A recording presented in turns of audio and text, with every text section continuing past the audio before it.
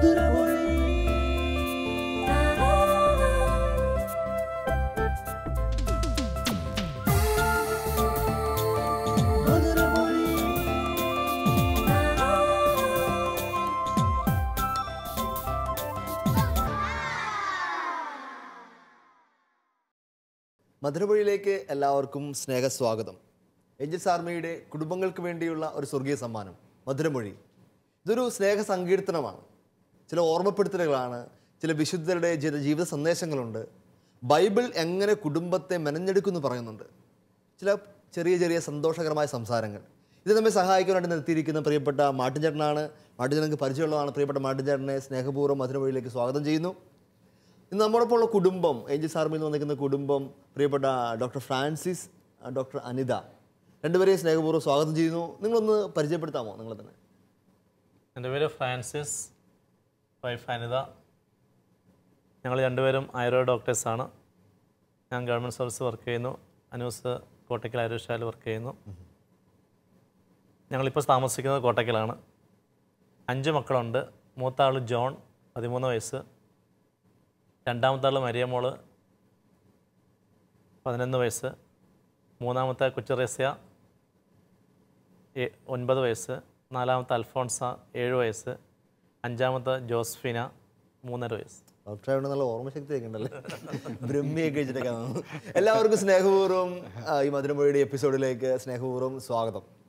കുറച്ച് നാളുകൾക്ക് മുമ്പ് എൻ്റെ ഒരു സുഹൃത്തിൻ്റെ ഏറ്റവും അടുത്ത് ഇടപഴകുന്ന ഒരു വീട്ടിലേക്ക് ഞാൻ വൈകുന്നേരം ചുമ്മാ സമയം കിട്ടിയപ്പോൾ യാത്ര പോയതാണ്. അവിടെ ചെന്ന് കഴിഞ്ഞപ്പോഴത്തേക്ക് കുഞ്ഞുങ്ങൾ 5-6 പേരൊക്കെ ഉണ്ട്. അപ്പനും അമ്മയും ഒരു 10-50 എടുത്ത് അപ്പനും അമ്മയും. ഒരു ഭയങ്കര രസകരമായ ഒരു അച്ഛൻ, സുഹൃത്തായ അച്ഛൻ ചെന്നതിന് സന്തോഷമൊക്കെ അവർക്ക് ഭയങ്കരം. നമ്മൾ പിള്ളേർ കളിക്കുകയൊക്കെ ആയിരുന്നു. എല്ലാവർക്കും വട്ടം കൂടിയൊക്കെ വന്നു. എന്നിട്ട് കുറേ നേരമൊക്കെ ഞങ്ങൾ കുറേ തമാശകളൊക്കെ പറഞ്ഞു. അവരെൻ്റെ ഫോണിലുള്ള ചില ഫോട്ടോകളും തമാശകളൊക്കെ കണ്ട് കുറേ അതിൽ ചിരിച്ചു. എല്ലാം കഴിഞ്ഞ് ഞങ്ങൾ ഒരുമിച്ചിരുന്നപ്പോഴത്തേക്ക് അവർക്ക് പ്രാർത്ഥിക്കാനുള്ള സമയം 8 മണിയൊക്കെ ആകുമ്പോഴത്തേക്ക് അവർ വീട്ടിൽ കൃത്യമായിട്ട് ജപമാലയുള്ള സമയമാണ്.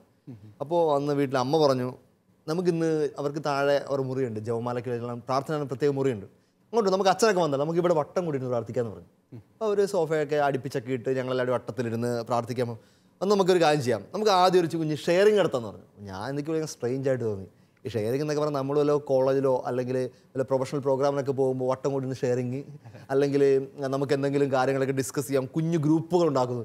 ഞാൻ വിചാരിച്ചു ദൈവമേ ഇവർക്ക് വട്ടമാണ്, അല്ല നമുക്ക് കുറച്ച് കാര്യങ്ങളൊക്കെ ഷെയർ ചെയ്യാം. നിങ്ങൾക്ക് പരസ്പരമുള്ള പോസിറ്റീവ്സ് ഒക്കെ പറയാം, അല്ലെങ്കിൽ എന്തെങ്കിലുമൊക്കെ അച്ഛനെ പറ്റി എന്തെങ്കിലും പറയാം, ഞങ്ങളെപ്പറ്റി എന്തെങ്കിലും. അപ്പോൾ അപ്പനൊക്കെ പറഞ്ഞപ്പോൾ പിള്ളേർക്ക് സന്തോഷമായി. അപ്പോൾ ഞാൻ വിചാരിച്ചു ഈ അപ്പനെ പറ്റി 2 പിള്ളേർക്ക് പറയാനുണ്ട്. പിള്ളേർ ചാൻസ് നോക്കിയിരിക്കുന്നല്ലോ, പിള്ളേർ വാശിയോടെ പറയുന്നത്, അത് നമുക്ക് പറഞ്ഞേക്കാന്നൊക്കെ പറയുന്നത്. അത് കഴിഞ്ഞ് ഷെയറിങ്ങളൊക്കെ തുടങ്ങി. ഇപ്പോൾ മൂത്ത മകനാണ് അവൻ, ഞാനുള്ള സുഹൃത്തൊക്കെ ആയിരുന്നു. അപ്പോൾ അവൻ എന്നെ പറ്റിയൊക്കെ നല്ല കാര്യം പറഞ്ഞ് എനിക്ക് ഭയങ്കര സന്തോഷമായി. അത് കഴിഞ്ഞ് മൂത്ത മകൾ 10ാം ക്ലാസ് പഠിക്കുന്നത്, അവളുടെ ഊഴം വന്നു. വന്നപ്പോൾ അവൾ ഏറ്റവും സ്പെസിഫൈ ചെയ്ത് പറഞ്ഞത് അവളുടെ അപ്പനെ പറ്റിയാണ്. അപ്പൻ അത്ര വലിയ അടിപൊളി മനുഷ്യനൊന്നും അല്ല, എനിക്കറിയാവുന്ന. ഇച്ചിരി സീരിയസ് ആയിട്ട് കണ്ടാൽ സീരിയസ് ആയിട്ടൊക്കെ തോന്നുന്ന അപ്പന, ഒത്തിരി വലിയ തമാശയൊന്നും അടിച്ച് കസറാൻ പറ്റിയ ആളൊന്നുമല്ല. പക്ഷെ അവൾ പറയാണ് എൻ്റെ ഹീറോ എൻ്റെ അപ്പനാണ്. കാരണം അവൾ പറയും ക്ലാസ്സിലൊക്കെ പോയിട്ട് അപ്പൻ്റെ കാര്യമൊക്കെ പറയുമ്പോൾ കൂട്ടുകാർക്ക് ഭയങ്കര, പിള്ളേർക്ക് ചോദിക്കും ഇങ്ങനെ അപ്പൻ നിനക്ക് ഉണ്ടോയെന്ന് ചോദിക്കും. ഒരു ഉദാഹരണം അവൾ പറഞ്ഞത്, ഒരു ദിവസം അപ്പനും മക്കളെല്ലാം കൂടി വീട്ടിലെ സോഫയും എല്ലാം വലിച്ചു മാറ്റിയിട്ടിട്ട് കണ്ണ് കെട്ടി കളിച്ച്. ഈ 50 കഴിഞ്ഞ് അപ്പനെ ഇട്ട് പിള്ളേരിട്ട് ഉരുട്ടി ഒരു സൈഡാക്കി. ഇവർക്ക് ഭയങ്കര ഫോൺ. അപ്പനൊരിട്ട് വീഴുന്നു, അപ്പനെ ഉന്തുന്നോ മറിക്കുന്നോ ഒക്കെ ഭയങ്കര തമാശയാണ്. ഇത് സ്കൂളിൽ പറഞ്ഞപ്പോഴത്തേക്കാണ് പിള്ളേരൊക്കെ പറഞ്ഞു പിന്നെ നിങ്ങളുടെ വീട്ടിൽ ഇങ്ങനെയൊക്കെ നടക്കും തമാശയെ. കാരണം അവർക്കും അറിയാം അപ്പൻ ഇൻഷർട്ടൊക്കെ ചെയ്ത് പോകുന്നത് കണ്ടിട്ടുള്ളതാണ്. അപ്പോൾ അതിൻ്റെ ഇവൾ പറയാണ് എൻ്റെ അപ്പനാണ് എൻ്റെ ഹീറോ. ഇതുപോലൊരു അപ്പനുള്ളതാണ് എനിക്ക് അപ്പം ഞാൻ കുറച്ച് കഴിഞ്ഞപ്പോൾ ഞാൻ തിരിച്ച് പോകുന്നത് ഇപ്പം മനസ്സിൽ വിചാരിക്കുകയാണ്, ദൈവമേ ഒരു 10ാം ക്ലാസ് പഠിക്കുന്ന ഒരു 15 വയസ്സൊക്കെ തികഞ്ഞൊരു പെൺകുട്ടി പറയാണ് എൻ്റെ അപ്പൻ എൻ്റെ കൂടെ ഉള്ളതാണ് ബലം, അപ്പനാണ് എൻ്റെ ഹീറോ. അപ്പൻ ഞങ്ങളുടെ വീട്ടിൽ എല്ലാ ദിവസവും നേരത്തെ വരുന്നു ജോലി കഴിഞ്ഞാൽ, അതുകൊണ്ട് വീട്ടിൽ കുറേ നേരം സമയം ചെലവഴിക്കുന്നു, ഞങ്ങളുടെ കളിക്കാനിരിക്കുന്നു. അതുകൊണ്ട് ആ കുഞ്ഞുങ്ങൾക്ക് എന്തൊരു ബലമായിരിക്കും ആ വീടിനെ പറ്റിയുള്ളത്, എന്തൊരു ഉറപ്പായിരിക്കും ആ വീട് കൊടുക്കുന്ന സംരക്ഷണം. ഇത് തന്നെയാണ് നമ്മുടെ ഇന്നത്തെ ചെറിയ സംസാര വിഷയവും. വീട്ടിലെ ഉല്ലാസ സമയങ്ങൾ, ഫൺ ടൈം അറ്റ് ഹോം. എങ്ങനെ നമുക്ക് ഉല്ലാസ സമയം ഉണ്ടാക്കാം, എങ്ങനെ ചെലവഴിക്കാം മക്കൾക്കൊപ്പം, മാതാപിതാക്കൾക്ക് അങ്ങനത്തെ ഒരു ഉല്ലാസത്തിൻ്റെ ഒരു ആഘോഷത്തിൻ്റെ ഒരു അവസ്ഥ എങ്ങനെ വീട്ടിൽ എങ്ങനെ സംജാതമാക്കാം. ഇത് നമുക്കിന്ന് നമ്മളോടൊപ്പം ഉള്ള കുടുംബത്തിൽ നിന്ന് തുടങ്ങാം. ഉറപ്പായിട്ടും നമ്മുടെ ഡോക്ടർ സാറൊക്കെ ചിരിക്കുന്നത് രണ്ടുപേരും യങ്ങായിട്ടുള്ള ആൾക്കാരാണ്, ഡോക്ടേഴ്സാണ്. അതുപോലെ തന്നെ കാണുമ്പോൾ തന്നെ പ്ലസൻ്റ് ആണ്. 5 മക്കളുണ്ട്. ഉറപ്പായിട്ടും നിങ്ങളുടെ വീട് ഭയങ്കര അടിപൊളിയായിരിക്കും. അപ്പോൾ നിങ്ങളുടെ വീട്ടിലുള്ള ആഘോഷങ്ങളും ഈ ഫൺ ടൈം ഒക്കെ എങ്ങനെയാണെന്ന് പറയാമോ? തീർച്ചയായിട്ടും അച്ഛൻ വളരെ സന്തോഷകരമാണ് കുടുംബജീവിതം ഞങ്ങൾക്ക്, മക്കളുള്ളതുകൊണ്ട് തന്നെ. വൈകുന്നേരം ജോലി കഴിഞ്ഞ് വന്നാൽ ഞാനാണ് ആദ്യം വരുന്നത്, വൈഫും വൈകുന്നേരം 5:30 എത്തും. തീർച്ചയായിട്ടും എല്ലാ ദിവസവും ഞങ്ങൾ കുറേ സമയം, ഒരു അരമണിക്കൂറെങ്കിലും ഒരുമിച്ച്, അനുവും കൂടെ വന്നു കഴിഞ്ഞാൽ ഒരുമിച്ച് എല്ലാവരും വന്നിരിക്കും. എല്ലാ ദിവസവും ഇരിക്കും? മിക്ക ദിവസങ്ങളും, ചില അപൂർവം, ചില ഈവനിങ് ഒരു പ്രയറുള്ള ദിവസമുണ്ട്. അങ്ങനെ ആഴ്ചയിൽ 4-5 ദിവസമെങ്കിലും അങ്ങനെ ഞങ്ങൾ ഒരുമിച്ചിരിക്കാറുണ്ട്. മക്കളൊക്കെ അടുത്ത് വരും, അന്നത്തെ വിശേഷങ്ങൾ ഓരോരുത്തരോന്ന് പറയും, കാര്യങ്ങളൊക്കെ പറയും. അത് കഴിഞ്ഞ് കുറച്ച് കഴിയുമ്പോഴത്തേക്ക് ചില ദിവസങ്ങളിൽ ഞാനും മക്കളുമായിട്ട് ഇങ്ങനെ നടക്കാൻ പോകും. ഞങ്ങളുടെ വീടിനടുത്തൊരു ചെറിയൊരു ഗ്രൗണ്ട്, ഒരു സ്ഥലമുണ്ട്. പിള്ളേർക്ക് ഒത്തിരി ഇഷ്ടം അപ്പനും മക്കളോട് ഒരുമിച്ച് ഡ്രസ്സൊക്കെ മാറിയിട്ട് നടക്കാൻ പോകാനൊരു പോകും. അതുമല്ലെങ്കിൽ വീടിന് ചുറ്റും ഓടിക്കളിക്കും ഞങ്ങൾ. ഈ പ്രായത്തിൽ എല്ലാ ദിവസവും അല്ലെങ്കിൽ പല ദിവസവും പല രീതിയിലായിരിക്കും ഓടിക്കളിക്കും. നാട്ടുകാരൊക്കെ ഉണ്ടല്ലോ കമന്റ് ഒക്കെ. അല്ല, നാട്ടുകാർ ഞങ്ങൾ എല്ലാം കൂടെ നടക്കുന്നത് പോകുന്ന കാണുമ്പോൾ എല്ലാവരും ഇങ്ങനെ നടക്കാൻ പോകുന്നത്. അത് ഇളയാളടക്കം വരും, രസകരമാണ്. അങ്ങനെ ഒരു പിന്നെ എക്സസൈസ് ചെയ്യാറുണ്ട്. വലിയ മോളും ഞങ്ങൾ ഒരുമിച്ച് എക്സസൈസ് ചെയ്യാറുണ്ട്.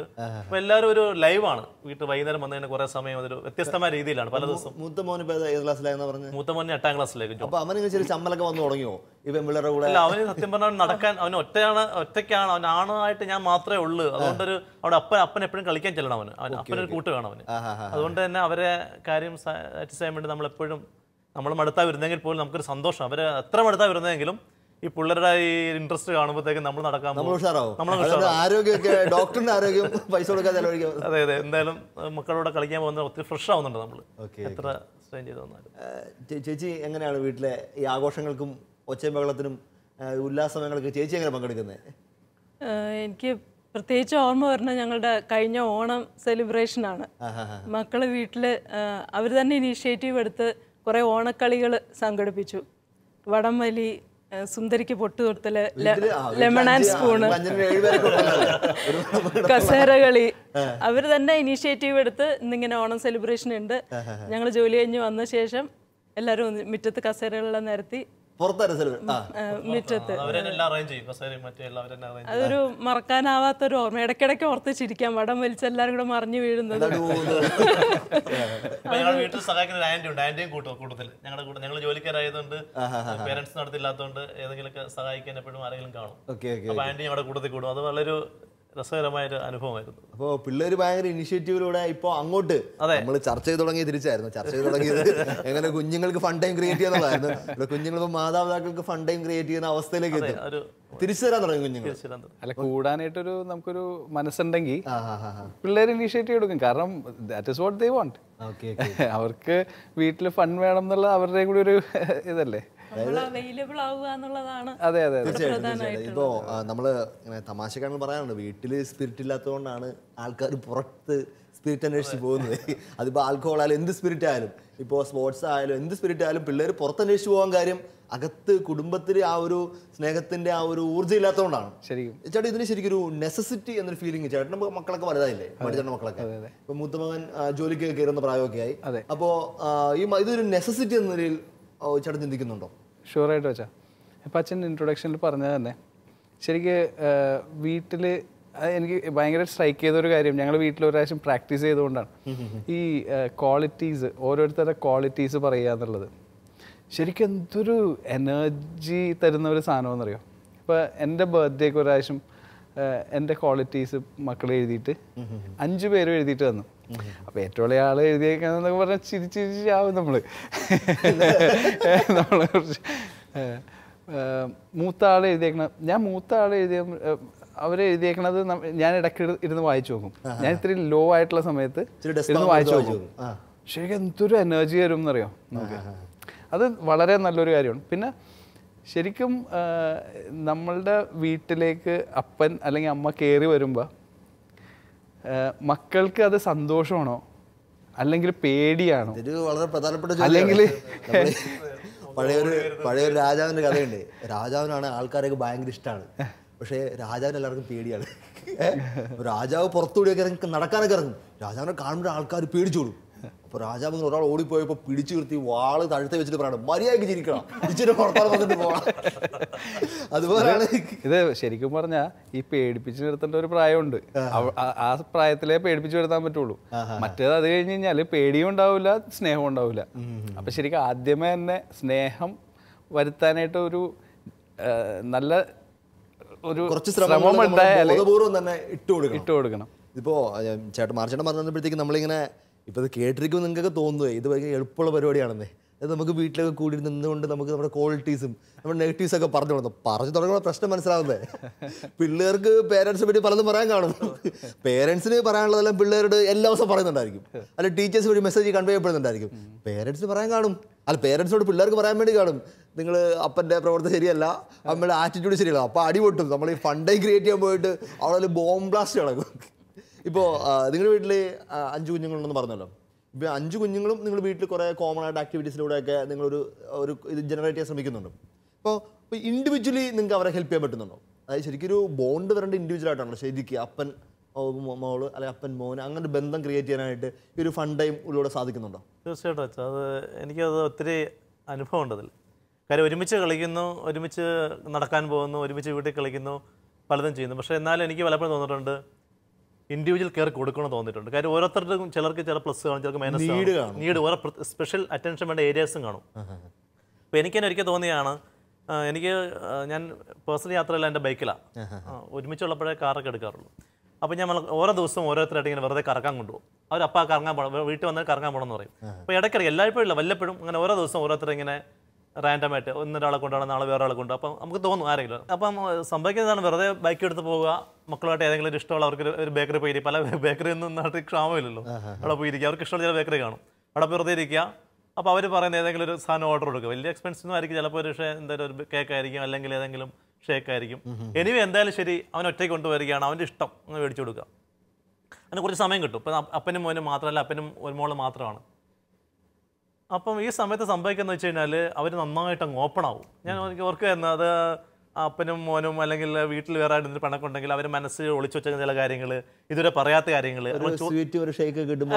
പറയാറ്. അത് അന്ന് അങ്ങനെ ആയപ്പോഴത്തേക്ക് എനിക്ക് ഭയങ്കര വിഷമമായിപ്പോയി. അപ്പോഴത്തേക്ക് നല്ലൊരു ഓപ്പണിങ്, നമ്മളൊരു കൗൺസിലിംഗ് പറഞ്ഞെങ്കിൽ അപ്പനും മോനും തന്നെ നല്ലൊരു ഐസ് ബ്രേക്കിംഗ് നടക്കുന്നു. ഞാൻ ഓർക്കുകയായിരുന്നു, നല്ല ഫ്രീ ആവുന്നു മക്കളാണ്. ഒരു നമ്മുടെയൊക്കെ പല ഭാഷ ഒന്നിങ്ങനെ ഇന്നർ ഹീലിംഗ് എന്ന് പറയാൻ പറ്റും, അല്ലെങ്കിൽ റിഫ്രഷ് ആവുന്നു. അപ്പോൾ ആ ഒരു സ്പെൻഡ് ചെയ്യുന്ന അരമണിക്കൂർ അവൻ്റെ അത്രയും കാലത്ത് അക്യുമുലേറ്റ് വെച്ച് വെക്കുന്ന കുറേ സ്ട്രെസ്സൊക്കെ പൊട്ടിത്തെറിക്കും. എനിക്ക് തോന്നുന്നു അത് പലപ്പോഴും എനിക്കും ഞാൻ റിലാക്സ് ആവുന്നു, ഞങ്ങൾ തമ്മിൽ ബന്ധം സ്ട്രോങ് ആവുന്നു. ചിലപ്പോൾ ഇടയ്ക്ക് അങ്ങോട്ട് പിണങ്ങുമല്ലോ. അപ്പോൾ മക്കളായിട്ടാണെങ്കിൽ അവർ അല്ലെങ്കിൽ ആങ്ങളമാരെ പെങ്ങളെ ചെയ്ത കൊച്ചു കാര്യങ്ങൾ മനസ്സ് വെച്ചേക്കായിരിക്കും, പഴയ കാര്യങ്ങൾ. അത് അന്നോ ജോൺ അങ്ങനെയല്ല ഇങ്ങനെ ചെയ്തെന്ന് പറയുന്നു. അപ്പോൾ നമ്മളപ്പം ജസ്റ്റ് മറുപടി കൊടുക്കുന്നു. അപ്പം നല്ല ഹീൽഡായി ആ ഒരു അരമണിക്കൂർ നല്ലൊരു എന്താ പറയുക, ഒരു നല്ലൊരു ശരിക്കൊരു ധ്യാനം കൂടുതൽ മിനി ധ്യാന അനുഭവം കൊച്ചു. അപ്പോൾ അത് ഇടയ്ക്കിടയ്ക്ക് സംഭവിക്കുമ്പോഴത്തേക്ക് മക്കളും അപ്പനായിട്ടുള്ള ബന്ധം അല്ലെങ്കിൽ കുടുംബമായിട്ടുള്ള ബന്ധം സ്ട്രോങ് ആവുന്നു. അത് എനിക്കും ഒത്തിരി ആനന്ദം എനിക്ക് തോന്നുന്നു. ഇങ്ങനെ ചില അനുഷ്ഠാനങ്ങൾ, അങ്ങനെയൊക്കെ പറയാല്ലേ, ഇൻവേർട്ടർ കമ്പനി ഇങ്ങനെ ചില അനുഷ്ഠാനങ്ങളൊക്കെ ഉണ്ടെങ്കിൽ വീട് കൊതിപ്പിക്കുന്ന സ്ഥലമാവും. ശരിക്കും പലപ്പോഴും നമ്മുടെ കുഞ്ഞുങ്ങളൊക്കെ വീട്ടിൽ വരാൻ ഇഷ്ടപ്പെടാത്തതാണ്, അല്ലെങ്കിൽ വഴിയിലൊക്കെ ഇപ്പം അത് അങ്ങനെ കുറവാണല്ലോ. പണ്ടത്തെ ഒരു തലമുറ എല്ലാവരും ആമ്പിള്ളേരെല്ലാം കവലെ നിൽക്കും, വീട്ടിലേക്ക് വരെ ഇഷ്ടമില്ല. വൈകുന്നേരം വന്നു കഴിഞ്ഞാൽ വൈകുന്നേരം എന്ന് പറഞ്ഞാൽ ഒന്ന് കുരിശ് വരാം, കുറേ നീണ്ട കുരിശ് വരാം, അല്ലെങ്കിൽ ഭയങ്കര സ്ട്രിക്റ്റ് ആയ ഉപദേശങ്ങൾ TV ഒക്കെ സംഭവിക്കില്ല, അല്ലെങ്കിൽ അമ്മമാരെ സീരിയൽ വെച്ചുകൊണ്ടിരിക്കും. ഇപ്പോഴാണ് പിള്ളേർക്ക് കുറേ പേഴ്സണൽ ഗാഡ്ജറ്റ്സും ഇലക്ട്രോണിക് ഗാഡ്ജറ്റ് ഉള്ളതുകൊണ്ട് അവർക്ക് സമയം സ്പെൻഡ് ചെയ്യാം. ശരിക്കും വീട്ടിൽ വരെ ഇഷ്ടമില്ലാത്തൊരു തലമുറയുണ്ട് മക്കൾക്ക്. അതായത് വീട് കൊതിപ്പിക്കുന്നതാവണമെങ്കിൽ ഇതുപോലുള്ള ചില തേനിൻ്റെ അനുഭവങ്ങൾ, ഒരു സ്നേഹത്തിൻ്റെ അനുഭവങ്ങൾ അവർ കൊടുക്കാൻ പറ്റണം. പഠിച്ചത് എങ്ങനെയാണ് പറയുന്നത്? അച്ഛനിപ്പോൾ പ്രാർത്ഥനാ മുറി, ഈ പ്രാർത്ഥനയുടെ ഇതാണ് പിള്ളേരെ ബോറടിപ്പിക്കുന്നത്. ഞങ്ങളുടെ വീട്ടിലെ ഏറ്റവും ഞങ്ങൾ ആസ്വദിക്കുന്ന ഒരു സ്ഥലം പ്രാർത്ഥനാ മുറിയാണ്. ശരിക്കും ഒരു പ്രാർത്ഥനയുടെ ആ സമയത്ത് ശരിക്കും അത് കഴിഞ്ഞിട്ട് ഞങ്ങൾ കുറേ നേരം അവിടെ സംസാരിച്ചിരിക്കും.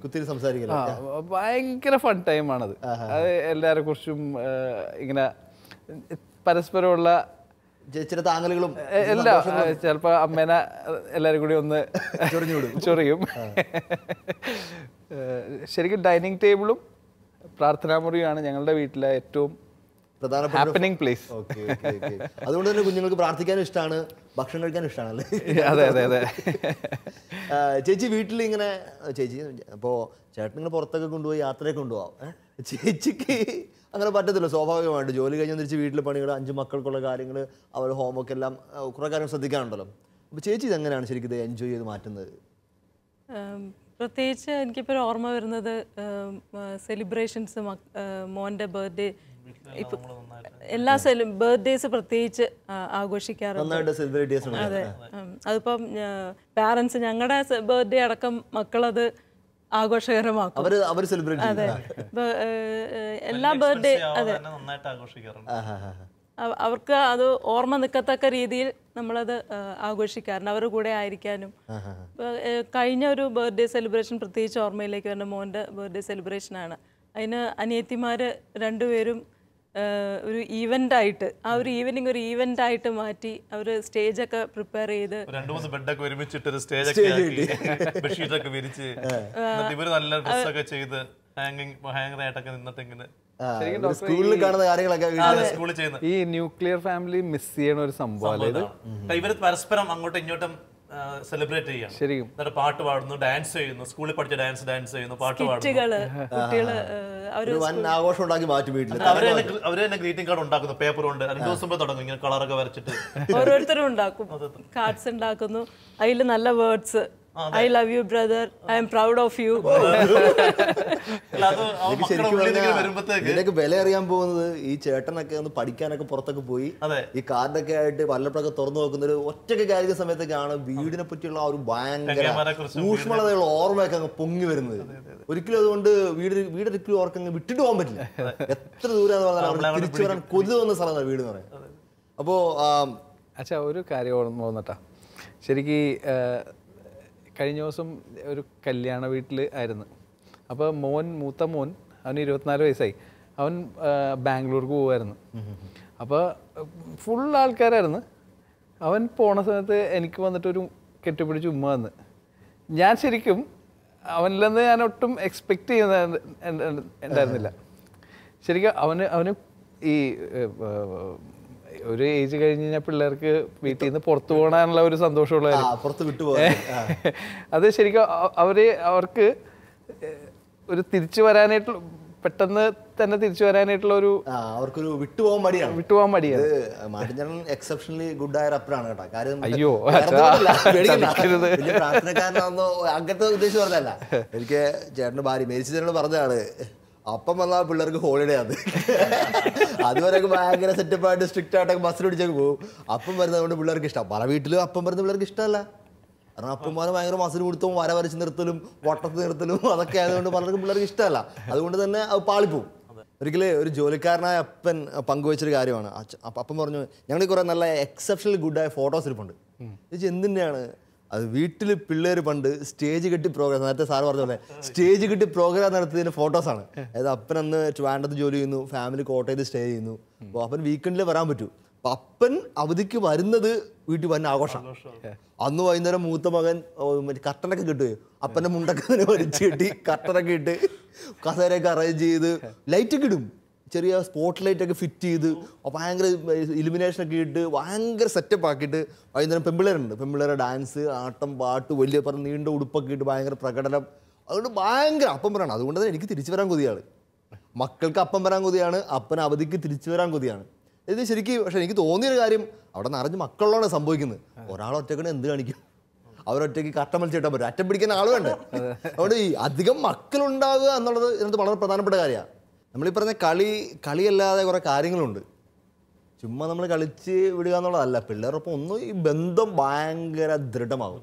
മക്കൾ എന്തും വന്ന് പറയാനുള്ള ഒരു ഓപ്പൺനെസ്. ഏറ്റവും നല്ല കൂട്ടുകാർ അപ്പനമ്മയെന്നുണ്ടെങ്കിൽ പിന്നെ പിള്ളേർ പുറത്ത് ഷെയറിങ്ങൊന്നും പോകത്തില്ലോ. അതാണല്ലോ പല ഡീവിയേഷൻസും ഉണ്ടാക്കുന്നത്. അതുപോലെ തന്നെ മറ്റു പ്രധാനപ്പെട്ട ഏരിയയാണ് പിള്ളേർക്ക് ഒത്തിരി കഴിവുകൾ നാച്ചുറലായിട്ട് ഉള്ളത് അങ്ങ് ഡെവലപ്പ് ചെയ്ത് വരും. ഇനീഷ്യേറ്റീവ്സ് എടുക്കാൻ നമ്മൾക്കൊന്ന് മൈക്ക് എടുത്താൽ ഓർക്കുന്നുണ്ടോ? മൈക്കൊക്കെ എടുത്ത് നമ്മൾ വിറച്ച് വേറെ നമ്മൾ മ്യൂസിക്കൊക്കെ വിറവലിൻ്റെ മ്യൂസിക്ക് നമ്മളെക്കാൾക്ക് മുമ്പേ പോയിട്ടുണ്ട്.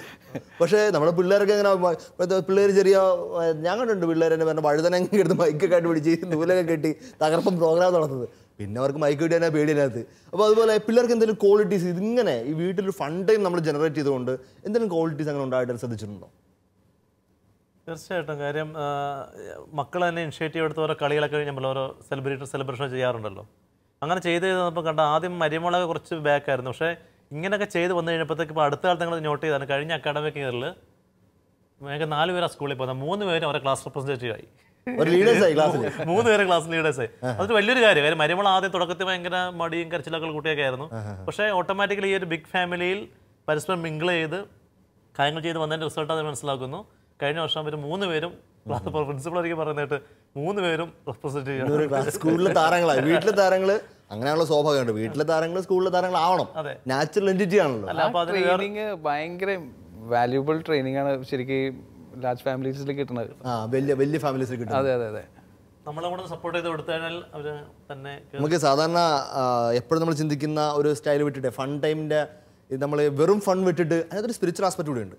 എനിക്ക് തോന്നുന്നു 2 സ്പിരിച്വൽ ആസ്പെക്ട് നമുക്ക് പറയാൻ തോന്നുന്നു. ഞാൻ കണ്ടിട്ടുണ്ട് ചില ഫാമിലീസൊക്കെ അവരുടെ വീക്കെൻഡുകളൊക്കെ സെലിബ്രേറ്റ് ചെയ്യാൻ വേണ്ടി തൊട്ടടുത്തുള്ള ദേവാലയങ്ങളിലേക്കൊക്കെ ഒരു യാത്ര, തീർത്ഥാടന കേന്ദ്രങ്ങളിലേക്ക് യാത്ര, അല്ലെങ്കിൽ പോകുമ്പോൾ അവിടെ കയറി അല്പം നേരം സ്പെൻഡ് ചെയ്ത് പിള്ളേർക്ക് യാത്രയുടെ സന്തോഷം, പക്ഷെ അൾട്ടിമേറ്റ്ലി അവർക്ക് എന്ത് കിട്ടുന്നു? അവർക്ക് ദൈവാനുഭവം കിട്ടുന്നു. അങ്ങനെ എന്തെങ്കിലും സംഭവങ്ങൾ അതേ ഉള്ളൂ. എൻ്റെ വീട് കൊല്ലത്താണ്. അപ്പൊ ഞങ്ങള് വർഷത്തിൽ 3-4 തവണ കൊല്ലത്ത് പോകാറുണ്ട്, ഓണം, ക്രിസ്മസ്, ഈസ്റ്റർ. അപ്പൊ സത്യം ഞാൻ കാറിലാണ് യാത്ര ചെയ്യുന്നത്. അപ്പോൾ കാർ യാത്ര വേണമെങ്കിൽ നമ്മൾ നിർത്താൻ യാത്ര 6 മണിക്കൂറോ 7 മണിക്കൂർ എത്താം. പക്ഷെ ഞങ്ങൾ ഒരിക്കലും അങ്ങനെ പോകാറില്ല. കുറേ ഒന്ന് ഡ്രൈവ് ചെയ്യും, നിർത്തും, ഒന്ന് ഫ്രഷ് ആവും, ജസ്റ്റ് ഏതെങ്കിലും ഹോട്ടലിൽ കയറി അല്ലെങ്കിൽ വഴി ഭക്ഷണം കഴിക്കുക. എന്നിട്ട് ഞങ്ങൾ ചെയ്യുന്ന ഇടയ്ക്കിടയ്ക്ക് നല്ല പള്ളികൾ, നമ്മൾ പോകുന്ന റോഡ് സൈഡ് ഒത്തിരി പള്ളികളുണ്ട്. നമുക്ക് അനുഗ്രഹിക്കും, ഇടയ്ക്ക് പള്ളിയിലൊക്കെ കയറുക, പല പള്ളിയിലും കയറി പ്രാർത്ഥിക്കുക. അപ്പോൾ യാത്രകൾ ഒരു തീർത്ഥയാത്രയാവുന്ന, അതായത് ഒരു സ്പിരിച്വൽ ഇൻഫീലിംഗ് മക്കൾക്ക് സന്തോഷം. പുതിയ സ്ഥലമാണ്, നല്ല മണൽപ്പുറമുള്ള പള്ളികൾ, പല വ്യത്യസ്തമായ പള്ളികൾ. പുതിയ പള്ളിക്ക് 3 കാര്യം പ്രാർത്ഥിക്കാം. പലർക്കും അറിഞ്ഞുകൂടെങ്കിൽ സഭയിലെ വലിയൊരു പാരമ്പര്യമാണ്. ഒരു പള്ളി പുതുതായിട്ട് കയറി ചെല്ലുന്ന പള്ളിയിൽ 3 കാര്യം പ്രാർത്ഥിക്കും. ഞാൻ മുടങ്ങാതെ കൃത്യമായിട്ട് ചെയ്യാറുണ്ട് ഇപ്പോൾ. തീർച്ചയായിട്ടും അങ്ങനെ ഞങ്ങൾ മക്കളെ കൊണ്ട് പ്രാർത്ഥിപ്പിക്കാറുണ്ട്. അപ്പം പല പള്ളി കയറുന്നവർക്ക് നല്ല അനുഭവമാണ്.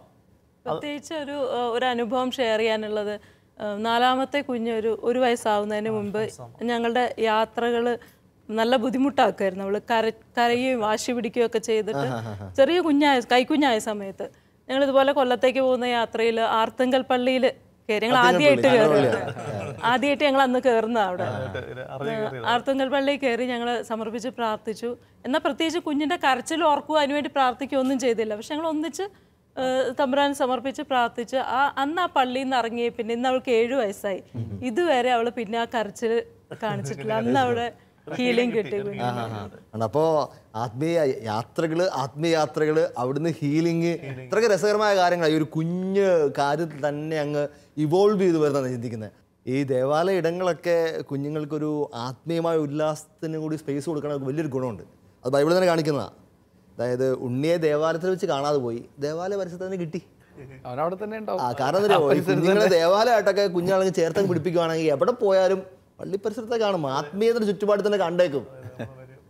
ഞങ്ങളവർക്ക് നമ്മൾ പിള്ളേർക്ക് എന്തായാലും വ്യത്യസ്ത ആഗ്രഹിക്കുന്നത്, അവർക്ക് സന്തോഷിക്കുക, ഉല്ലസിക്കുക എന്നുള്ളതാണല്ലോ. ഓരോ പള്ളിക്കും ഓരോ പ്രത്യേകത കാണും. പ്രത്യേകിച്ച് പഴയ അത്തുങ്കൽ പള്ളി, പഴയ കാലത്തെ പള്ളികൾ എന്ന് പറയുമ്പോഴത്തേക്ക് വ്യത്യസ്തമായ രീതിയിൽ ബിൽഡ് ചെയ്തേക്കുന്നു. ഓരോ വിശുദ്ധരെ കാണും. ഞങ്ങൾ അവിടെ ചെന്ന് കഴിഞ്ഞാൽ ആ വിശുദ്ധനെ കുറിച്ച് പറഞ്ഞു കൊടുക്കുക, ഒത്തിരി അവിടെ കൊണ്ട് ഓരോ പ്രാർത്ഥിക്കുക. അപ്പൊ അതിലൂടെ അവർക്ക് ആ വിശുദ്ധനെ അടുത്തറിയാൻ സാധിക്കുന്നു. പിന്നെ ആ ചില പഴയ പള്ളിയെ പോലെ ഒത്തിരി മണൽപ്പുറങ്ങൾ, അവിടെ ഒത്തിരി ഓടി കളിക്കാനൊക്കെ പറ്റും അവർക്ക്. അപ്പൊ ഫിസിക്കലി അവർ ഫ്രീ ആവുന്നു, സ്പിരിച്വലി അവർ കുറച്ചുകൂടി പുതിയൊരു ആ വിശുദ്ധനെ കുറിച്ച് കുറച്ചുകൂടി അറിവ് കിട്ടുന്നു. അപ്പൊ എല്ലാം കൊണ്ടും യാത്ര നമുക്ക് ഒരു പൈസ പ്രത്യേകിച്ച് അഡീഷണൽ എക്സ്പെൻസ് ഒന്നും ഇല്ല. പിന്നെ വലിയൊരു ഗുണമുണ്ട്, ഇപ്പോഴത്തെ വീടുകൾക്കൊന്നും സ്ഥലമില്ലല്ലോ. പള്ളി മുറ്റമൊക്കെ നല്ല സ്പേസ് ആണ്, ഫുട്ബോൾ കളിക്കാനുള്ള സ്ഥലമുണ്ടല്ലോ, കുഞ്ഞുങ്ങൾക്ക് കളിക്കാൻ പറ്റുന്ന നല്ലൊരു ഗ്രൗണ്ട്, അത് സേഫ് ആയ ഗ്രൗണ്ട്.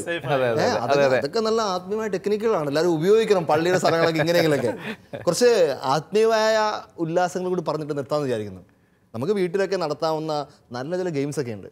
ഞാൻ ചില വീടുകളിലൊക്കെ കണ്ടിട്ടുണ്ട്, ഈ പ്രായമായവർ തമ്മിൽ കളിക്കുന്ന കണ്ടേക്കുന്നത്. അതായത് ഒരാൾ വചനം പറയുന്നു, ആ വചനം എവിടെ നിന്നാണെന്ന് ഇത്ര മിനിറ്റിൽ തപ്പിയെടുക്കണം. അപ്പോൾ ചിലപ്പോൾ ഒരു ഇതൊക്കെ കൊടുത്തേക്കും, ഒരു ക്ലൂ ഒക്കെ കൊടുത്തേക്കും, ഇന്നത് പുതിയ നിയമത്തിൽ നിന്നാണ്, അല്ല അപ്പസ്തോല പ്രവർത്തനങ്ങളിൽ നിന്നാണ്. ഒരു വാശിക്ക് ബൈബിൾ തപ്പി, എന്ത് ഗുണം, എല്ലാവരും ബൈബിൾ പഠിക്കുമല്ലോ, എവിടെയൊക്കെ തപ്പി പിടിച്ചെടുക്കുമല്ലോ. രണ്ടാമത്തെ നല്ലൊരു ഗെയിംസ് നമുക്ക് വിശുദ്ധരുടെ ഗെയിംസ് കളിക്കാം. ഞങ്ങൾ കളിച്ചിട്ടുള്ളതാണ്. അതായത് ഒരു വിശുദ്ധനെ പറ്റി നമ്മൾ ക്ലൂ കൊടുക്കുന്നു, പാതുവ. അപ്പോൾ പാതുവ അന്തോനിസാ നമുക്ക് ഇപ്പോഴറിയാം, പക്ഷേ കിട്ടണമെങ്കിൽ കുറച്ച് വഴിയൊക്കെ പോകണമല്ലോ. അല്ലെങ്കിൽ അസീസ് എന്നൊക്കെ പറയാം, ചാവറാച്ചൻ്റെ കൈനഗരി എന്ന് പറഞ്ഞാൽ ആദ്യം ആലപ്പുഴ എന്നായിരിക്കും പറയുന്നത്. പതുക്കെ നമ്മൾ വെള്ളം, പുഴ, അത് വള്ളം എന്നൊക്കെ പറഞ്ഞ് പതുക്കെ അതിലേക്കൊക്കെ എത്തിക്കണം. അപ്പോൾ ഇതിന് നല്ല ഇതുപോലെ കുറേ കാര്യങ്ങൾ നമുക്ക് ഒന്ന് കുഞ്ഞുങ്ങൾ വിശുദ്ധരെ ഇഷ്ടപ്പെടും, ആത്മീയ കാര്യങ്ങൾ താല്പര്യമുണ്ട്. അപ്പോൾ പലപ്പോഴും ആത്മീയ കാര്യങ്ങൾ കുഞ്ഞുങ്ങൾക്ക് ഇഷ്ടമില്ലാതെ പോകുന്നത് ഈ മടുപ്പുണ്ടാക്കുന്ന കാര്യങ്ങൾ കൊണ്ടാണല്ലോ. ഇതുപോലെ കുറച്ചൊക്കെ പേരൻസ് ഒന്ന് മസര് പിടിച്ച് ഇച്ചിരി താല്പര്യത്തോടൊക്കെ എടുക്കാമെങ്കിൽ കുറേ കാര്യങ്ങൾ വിജയം വരിക്കാൻ പറ്റും. ഈ അച്ഛൻ ആത്മീയ ഉല്ലാസം എന്ന് പറഞ്ഞപ്പോൾ എനിക്ക് മനസ്സിലാവുന്നത് നമ്മുടെ മക്കളൊക്കെ ഈ അൽഫോൺസാമ്മയുടെയും മറിയം ത്രേസയുടെ ഒക്കെ സീരിയലും നമ്മുടെ ഷാലോം കാണിക്കായിരുന്നു. ഞാൻ ഓർക്കായിരുന്നു മക്കൾ എന്തുമാത്രം അത് സ്വാധീനിച്ചു എന്ന്. ഇടയ്ക്കിടയ്ക്ക് അവർ അതിൻ്റെ കാസറ്റ് ഇട്ടും അല്ലാതെ അത് കാണുന്നു, എന്നിട്ട് അവരെ അനുകരിച്ചുകൊണ്ട് അവർ ചെയ്ത കാര്യങ്ങൾ. എന്നിട്ട് എൻ്റെ അൽഫോൺസ് നമ്മൾ പറഞ്ഞ 4-ാമത്തെ ഞാൻ അൽഫോൺസ്, അപ്പം ഞാൻ സഹിക്കുകയാണ്, എൻ്റെ കാലം മുറിവ് വന്നു കഴിഞ്ഞാൽ ഞാൻ കൊച്ചു പറയാണ്. അതുപോലെ മെറ്റല് വിരിച്ച് മുട്ടുകുത്തി പ്രാർത്ഥിച്ചിട്ട് ഞാൻ സഹനത്തിലൂടെ പ്രാർത്ഥിക്കുകയാണ്, സഹിച്ച് പ്രാർത്ഥിക്കുകയാണ്. എന്നിട്ട് ചെറിയ ഷാളെടുത്ത് ഇട്ട് സിസ്റ്റർമാരാണ്. ഞാൻ പറയാം, അത് എന്തുമാത്രം നല്ല ചാനൽസ് മക്കളെ സ്വാധീനിക്കുന്നു. ഒരു ഫൺ ടൈമിന്റെ ഭാഗം കൂടിയാണല്ലോ കുഞ്ഞുങ്ങളെ ഇതുപോലുള്ള ചാനലുകൾ കാണിക്കുക, ഇതുപോലുള്ള മാധ്യമങ്ങൾ പരിചയപ്പെടുത്തി കൊടുക്കുക, അതുപോലെ നല്ല മാഗസിൻസ് അവൈലബിൾ ആക്കുക. ഇതൊക്കെ എല്ലാം ഇത് ഫൺ ടൈമിന്റെ വീട്ടിൽ ഫൺ ടൈം ക്രിയേറ്റ് ചെയ്യുന്ന ഭാഗങ്ങളാണല്ലോ. പക്ഷേ ഈ ഫൺ ടൈം ശരിക്കും ഈ മക്കളെ ഒരു ഏജ് കഴിഞ്ഞ് കഴിഞ്ഞാൽ പിന്നെ അവരുടെ ലൈഫായി അവര് അപ്പൊ കുറച്ച് നാളെ അവരെ ശരിക്കും നമ്മുടെ കയ്യിൽ കിട്ടുള്ളൂ. അപ്പൊ ശരിക്കും ആ നമ്മൾ തന്നെയാണ്, ആ പാരന്റ്സ് തന്നെയാണ് ആ മിസ് ചെയ്യുന്നത്. ശരിക്ക് നമ്മൾ ഈ ഫൺ ടൈം എന്നത് നമ്മുടെ ആശയമൊന്നും അല്ല കേട്ടാ, കർത്താവ് തുടങ്ങി വെച്ച കാര്യമാണ്. അതെ, കർത്താവ് നല്ല തമാശ, ഈശോ നല്ല തമാശക്കാരനായ ഒരു അപ്പനായിരുന്നു. കൂടെ 12 പേര് മുതുക്കന്മാരാണെങ്കിലും പത്രോസിനൊക്കെ ഈശോയെക്കാളും 10-15 വയസ്സ് എന്തായാലും കൂടുതൽ കാണും. നല്ല മുതുക്കന്മാരാണ്. ഈശോ കൃത്യമായിട്ട് മക്കളെ പോലെ ഇവരെ കൊണ്ടുവന്നിരുന്നു. ജീസസ് ഇൻ ബ്ലൂ ജീൻസ് എന്ന് പറയുന്ന ഒരു ഒത്തിരി പഴയൊരു സിനിമയാണ്. സാധിക്കുമെങ്കിൽ നിങ്ങൾ യൂട്യൂബിൽ ഒന്ന് കാണാൻ ശ്രമിക്കുന്നതല്ല. ഇത് ചെറിയൊരു ഭാഗമുണ്ട്. ഈശോ ശിഷ്യന്മാരൊക്കെ ആയിട്ട് ഒരു ഗ്രാമത്തിലേക്ക് വരുന്നതാണ്. ഗ്രാമത്തിൽ വന്നു കഴിയുമ്പോഴത്തേക്ക് 1-2 ശിഷ്യന്മാരൊക്കെ മസിൽ പിടിക്കുന്ന ആൾക്കാരൊക്കെ, തോമസിനെയൊക്കെ ഇച്ചിരി മസിലാണ്. അപ്പോൾ ഈശോ വന്ന് ആൾക്കാരുടെ കൈയൊക്കെ അടിക്കുന്നു, ജനങ്ങളൊക്കെ കൂടി ഈശോട് ചുറ്റുന്ന പെൺകുട്ടികളൊക്കെ വന്ന് ഡാൻസ് ചെയ്യാനൊക്കെ ശ്രമിക്കുന്നു. അത് കുറച്ച് കഴിയുമ്പോഴത്തേക്ക് ഈശോ ഡാൻസ്, നല്ല ഡാൻസ്, ഈശോ നല്ല ഡപ്പാങ്കുത്ത് ഡാൻസ് ഒക്കെ കഴിച്ചിട്ട് ഈശോ പതുക്കെ അവിടെ പോയി ഒരു തടാകത്തിന് ചെറിയ കിടന്നിട്ട് പോയി മുഖത്തേക്ക് വെള്ളം കോരി ഒഴിച്ചുകൊണ്ടിരിക്കുക, മടുത്ത് ക്ഷീണിച്ചിട്ട്. അപ്പോഴാണ് നമ്മുടെ തോമസിലേക്ക് മസിലൊക്കെ പിടിച്ച് ഇങ്ങനെ വരുന്നത്. ഈശോ കുറേ വെള്ളം കോരി ഒഴിച്ചു കൊടുക്കും. നല്ല കുട്ടികളി അല്ലാതൊക്കെ. അപ്പോൾ ഞാൻ കർത്താവൊക്കെ എത്ര സിമ്പിളായിട്ടാണ് ശിശുമാരെ നമ്മൾ വീട്ടുകാർ തന്നെ അത്ര മസിൽ പിടിക്കുന്നത്. നമുക്ക് ആകെ നമ്മുടെ കുഞ്ഞുങ്ങളെ വളരെ കുഞ്ഞൊരു കാലഘട്ടത്തേക്ക് നമുക്ക് കൈ കിട്ടത്തുള്ളൂ. ആ സമയം സ്നേഹം കൊണ്ടും കരുതൽ കൊണ്ടും സൗഹൃദം കൊണ്ടൊക്കെ പൊതിഞ്ഞു പിടിക്കാമെങ്കിൽ ജീവിത അവസാനത്തോളം നമ്മുടെ കുഞ്ഞുങ്ങൾക്ക് വീട്ടിലേക്ക് തിരിച്ചു വരാൻ, എത്ര ദൂരങ്ങളിലേക്ക് പോയാലും ആ വീടാകുന്ന സ്വർഗത്തിലേക്ക് തിരിച്ചു വരാൻ, ആ സ്വർഗീയ അനുഭവം സ്വീകരിക്കാനായിട്ട് ഭയങ്കര ഒരു കൃപ കാണും. നമുക്ക് അതിനുവേണ്ടി പ്രാർത്ഥിക്കാം. ഇത് പറയുമ്പോൾ ഇങ്ങനെയൊക്കെ സംഭവിക്കാത്ത കുടുംബങ്ങളൊക്കെ ഉണ്ടായിരിക്കും. ആരും വിഷമിക്കരുത്.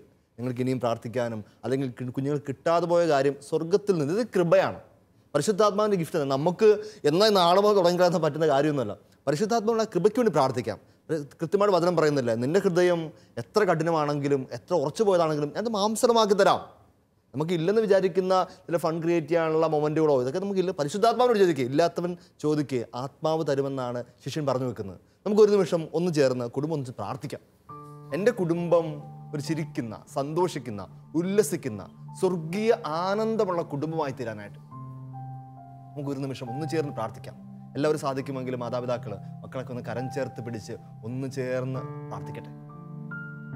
കർത്താവേ, ഞങ്ങളുടെ കുടുംബത്തെ ഒരു സ്വർഗീയ കുടുംബമാക്കി മാറ്റണമേ, ആനന്ദമുള്ള കുടുംബമാക്കി മാറ്റണമേ. പൊട്ടിച്ചിരികളും സങ്കീർത്തനങ്ങളും നല്ല സ്നേഹപ്രകടനങ്ങളും കിട്ടിപ്പിടിക്കലുകളും ഉമ്മ കൊടുക്കലുകളൊക്കെ ഉള്ള നല്ല സ്നേഹമുള്ള കുടുംബങ്ങളാക്കണമേ, ജീവനുള്ള കുടുംബമാക്കി മാറ്റണമേ. മാതാപിതാക്കൾക്ക് കൃപ കൊടുക്കണമേ. അവർക്ക് അങ്ങനെയുള്ള സാഹചര്യങ്ങൾ വളർന്നു വരാൻ പറ്റിയിട്ടില്ലെങ്കിൽ, അവർക്ക് അങ്ങനെ മക്കൾ പ്രകടിപ്പിക്കാൻ പറ്റിയിട്ടില്ലെങ്കിൽ, അത് കിട്ടാത്ത ഏതെങ്കിലും മക്കളൊക്കെ പുറത്ത് സ്നേഹമന്വേഷിച്ച്, വില കുറഞ്ഞ സ്നേഹങ്ങൾ അന്വേഷിച്ച് പോകുന്നുണ്ടെങ്കിൽ തമ്പുരാനെ ഈ നിമിഷം നിന്റെ സൗഖ്യത്തിൻ്റെ കരം നീട്ടണമേ. തമ്പുരാനെ നിന്റെ മുറിപ്പാടുകളുള്ള കരം നീട്ടി ആ മക്കളെ തിരിച്ച് വീട്ടിലേക്ക്, സ്വർഗത്തിലേക്ക് കൂട്ടിക്കൊണ്ടു വരണമേ. ഏതെങ്കിലുമൊക്കെ മാതാപിതാക്കൾ ഹൃദയവേദനയോട് പ്രാർത്ഥിക്കുന്നുണ്ടെങ്കിൽ ഈ നിമിഷം തമ്പുരാൻ്റെ അനുഗ്രഹം അവരിലേക്ക് ശക്തമായിട്ട് ഒഴുകട്ടെ. നമുക്കൊന്ന് ചേർന്ന് കുടുംബം ഒന്നിച്ച് ഈശോയുടെ ആശീർവാദം സ്വീകരിക്കാം. നമ്മുടെ കർത്താവ് ഈശോ മിശിഹായുടെ കൃപയും പിതാവായ ദൈവത്തിൻ്റെ സ്നേഹവും പരിശുദ്ധാത്മാവിൻ്റെ സഹവാസവും നാം എല്ലാവർക്കും ഉണ്ടായിരിക്കട്ടെ, ഇപ്പോഴും എപ്പോഴും എന്നേക്കും. ഈശോ മിശിഹായ്ക്ക് സ്തുതിയായിരിക്കട്ടെ. പ്രിയപ്പെട്ടവരെ, സാധിക്കുമെങ്കിൽ ഇതൊക്കെ കഴിഞ്ഞിട്ട് ഒരല്പം നേരം ഇന്ന് രാത്രി തന്നെ ഇരുന്ന് ഒരു ചെറിയ കൊച്ചു വർത്താനത്തിനും ഒരു ചെറിയ തമാശ പറച്ചിലിനൊക്കെ ആയിട്ട് നിങ്ങളുടെ അത്താഴമേശകൾ മാറ്റാൻ സാധിക്കട്ടെ.